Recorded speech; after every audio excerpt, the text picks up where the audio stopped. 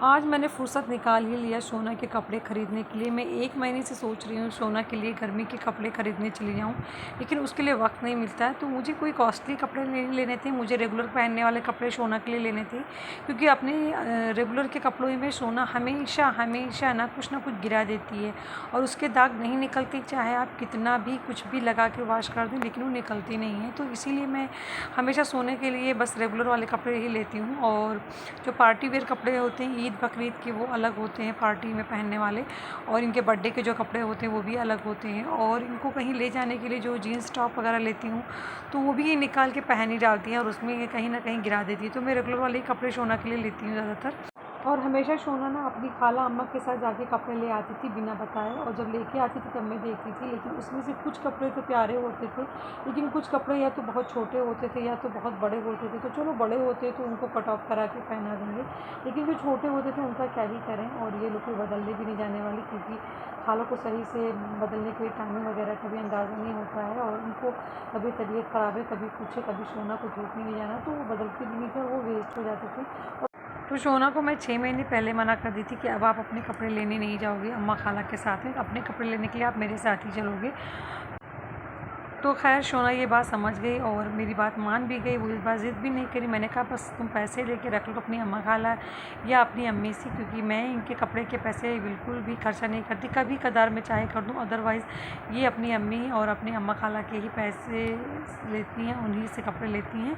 तो मैंने कहा इन लोगों से पैसे लेके रख लो, मैं चलूँगी। फिर पैसा लेके शोना रखे हुए थी और मैं जा नहीं पा रही थी। फिर मैं अब आज टाइम निकाली, और टाइम इस तरह से निकाली कि मार्केट थोड़ा हल्का भी चल रहा है। तो मैंने परमिला को कॉल करके बुला लिया था। परमिला पार्लर में अब काम करती हैं, तो परमिला से मैं बोली थी कि तुम 7 बजे छुट्टी पाती हो तो उसके बाद इधर आ जाना।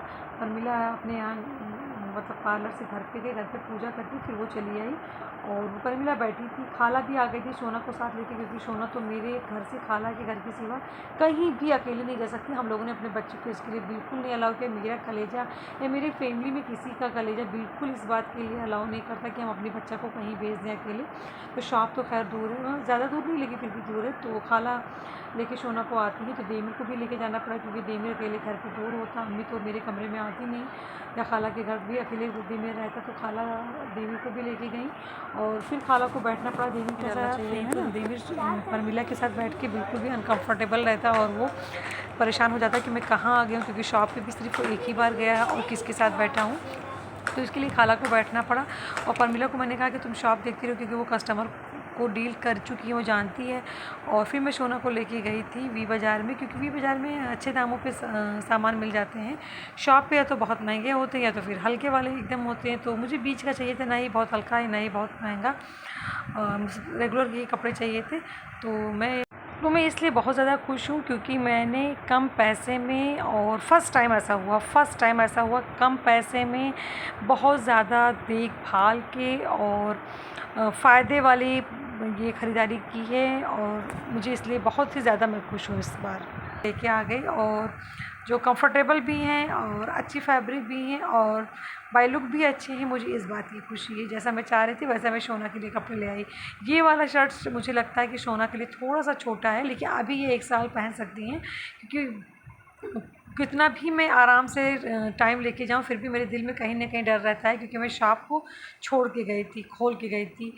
तो इसलिए मुझे थोड़ा थोड़ा मन में अजीब से लग रहा था। इसलिए वो जो ब्लू शर्ट अभी मैं रखी हूँ वो मुझे लग रहा है कि थोड़ा छोटा हो गया, लेकिन अभी वो 1 साल पहन सकती है और ये भी एक फ़ैशन हो जाएगा थोड़ा शॉर्ट वाला।